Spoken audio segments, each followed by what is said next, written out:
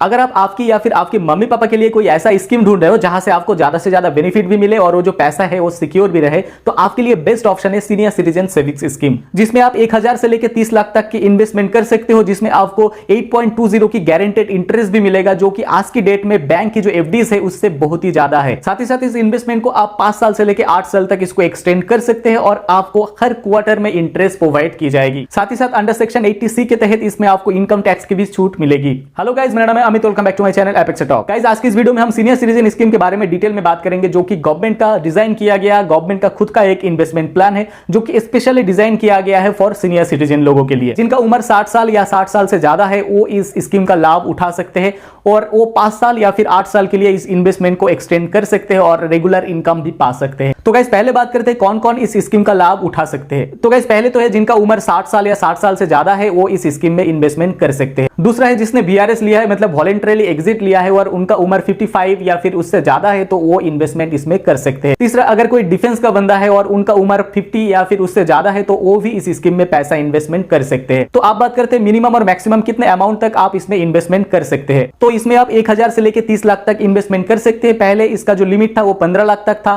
पिछले साल का जो बजट है उसमें ये डिक्लेयर किया गया है कि सीनियर सिटीजन सेविंग्स स्कीम में आप 15 लाख को बढ़ा के 30 लाख तक कर दिया गया है। तो आज की डेट पे आप 1000 से लेकर 30 लाख तक की investment senior citizen savings scheme में आप कर सकते हैं। तो आप बात करते हैं इस इन्वेस्टमेंट को आप कितने दिन तक कर सकते हैं या फिर कितने दिन तक आप इस इन्वेस्टमेंट में पैसा होल्ड कर सकते हैं। तो बेसिकली पहले आप 5 साल तक इस इन्वेस्टमेंट में पैसा रख सकते हैं। अगर उसके बाद भी आपको अगर लगे तो और 3 साल आप एक्सटेंड कर सकते हैं, मतलब कुल मिला के टोटल 8 साल तक आप इस स्कीम में पैसा रख सकते हैं। लेकिन पहले आपको 5 साल के लिए करना होगा, जिसके लिए आपको फॉर्म ए भरना होगा। उसके बाद अगर आपको एक्सटेंड करना है और 3 साल, तो आपको फॉर्म बी फिलअप करके सबमिट करना होगा। उसके बाद ही और 3 साल ये जो स्कीम है वो एक्सटेंड हो जाएगी। तो आप बात करते हैं इंटरेस्ट रेट और पे आउट के बारे में। तो जैसे कि मैंने पहले ही आपको बताया, इसमें जो इंटरेस्ट रेट मिलेगा 8.20 की गारंटेड क्यूमुलेटिव इंटरेस्ट आपको मिलेगी और इसका जो पे आउट है वो आपको हर क्वार्टर में दी जाएगी। हर क्वार्टर की 1 तारीख में आपको ये जो पैसा है वो अकाउंट में भेज दिया जाएगा और जो क्वार्टर है वो है अप्रैल, जुलाई, अक्टूबर और जनवरी। यही 4 क्वार्टर है। इस हिसाब से आपको जो पैसा है वो आपके अकाउंट में डिपॉजिट हो जाएगी। तो आप बात करते हैं ये जो सीनियर सिटीजन सेविंग्स स्कीम है वो कहां से आपको लेना पड़ेगा,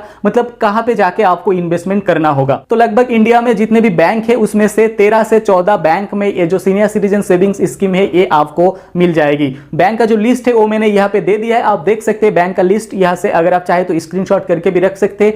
हर एक बैंक में आपको सीनियर सिटीजन सेविंग्स स्कीम का बेनिफिट नहीं मिलेगा। कुछ सिलेक्टेड बैंक है जिसका लिस्ट आरबीआई के वेबसाइट में भी आपको मिल जाएगी और हर एक पोस्ट ऑफिस में आपको ये जो सीनियर सिटीजन सेविंग्स स्कीम है इसका बेनिफिट मिल जाएगा। मतलब अगर आपकी एक सेविंग्स अकाउंट पोस्ट ऑफिस में है या फिर आपका जो सिलेक्टेड बैंक का लिस्ट यहाँ पे दिया हुआ है, इसमें अगर आपकी एक अकाउंट है तो आप सेविंग्स अकाउंट से सीनियर सिटीजन सेविंग्स स्कीम को कर सकते हैं। तो आप बात करते हैं पेमेंट आपको कैसे करना होगा। आपकी जो सेविंग्स अकाउंट है उस अकाउंट में से डायरेक्टली ये जो पैसा है वो नहीं कटेगा, आपको खुद से इसमें पेमेंट करना होगा। तो पेमेंट आप कैश से भी कर सकते हैं, लेकिन कैश का जो पेमेंट करने का लिमिट है वो है 1 लाख के नीचे तक आप कैश से पेमेंट कर सकते हैं। मतलब 1 लाख से कम अमाउंट का अगर आपको सीनियर सिटीजन सेविंग्स स्कीम में देना है तो वो आप कैश में भी दे सकते हैं। अगर 1 लाख से ज्यादा आपको इन्वेस्ट करना है तो तब आपको आपकी जो सेविंग्स अकाउंट है उससे एक चेक आपको देना पड़ेगा। तो आप बात करते हैं सिक्योरिटी एंड नॉमिनेशन के बारे में। तो मैंने जैसे कि पहले ही आपको बोला है, ये जो स्कीम है ये गवर्नमेंट का खुद का स्कीम है, तो इसमें आपको सिक्योरिटी 100% मिलेगी और जो अमाउंट है वो टोटली गारंटेड है। साथ ही साथ इस स्कीम में आप जो नॉमिनी है वो नॉमिनेशन भी ऐड इसमें कर सकते हैं, ताकि आगे जाके अगर आपका कुछ हो जाए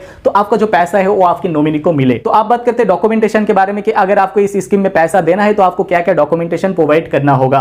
तो आपका जो आईडी प्रूफ है और एड्रेस प्रूफ है वो आपको देना पड़ेगा। साथ ही साथ आपका 2 कॉपी फोटो चाहिए और आप अगर बैंक में करना चाहते हैं या फिर पोस्ट ऑफिस में करना चाहते हैं, जहां पे भी आप इन्वेस्टमेंट करना चाहते हैं, वहां से जाके एक फॉर्म ए आपको कलेक्ट करना होगा। फॉर्म ए कलेक्ट करने के बाद वहां पे आपको पूरा डिटेल्स फिलअप करके सबमिट करना होगा। बाद में अगर आपको टेन्योर को एक्सटेंड करना है, जैसे कि मैंने बोला 5 साल से लेकर आप 8 साल तक भी कर सकते हैं, तो बाद में आपको फॉर्म बी फिलअप करके देना होगा अगर आप 3 साल एक्स्ट्रा लेना चाहते हैं। तो आप बात करते हैं सबसे इंपॉर्टेंट जो चीज है वो है प्री मैच्योरिटी का ऑप्शन इसमें है कि नहीं। तो अगर आपने सीनियर सिटीजन सेविंग्स स्कीम में पैसा इन्वेस्टमेंट कर देते हैं तो आपको अगर पैसा प्री मैच्योर करना है तो आप 2 साल के अंदर अगर प्री मैच्योर करना चाहते हैं, मतलब आज की डेट में अगर आप आपने इन्वेस्ट किया है और 2 साल से पहले आपको प्रीमैच्योर करना है तो आपको 1.5% की चार्जेस देना होगा।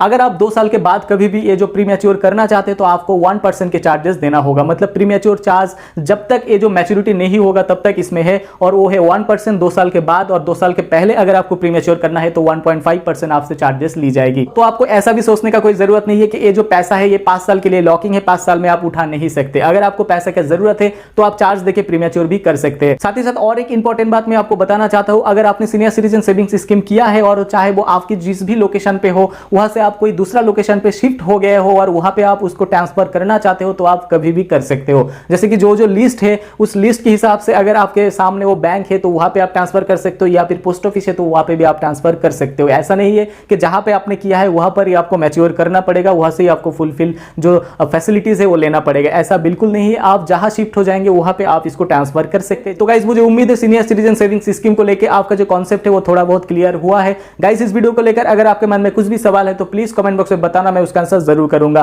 गाइस वीडियो अच्छा लगा तो लाइक कीजिए, कमेंट कीजिए और अपने दोस्तों के साथ शेयर भी कर दीजिएगा। और आपने अभी तक मेरे चैनल को सब्सक्राइब नहीं किया है तो प्लीज सब्सक्राइब कर दीजिएगा, क्योंकि मैं आपके लिए ऐसे वीडियो लाता रहता हूं। तो चलिए मिलते हैं अगले वीडियो पर, तब तक के लिए thank you, take care and bye.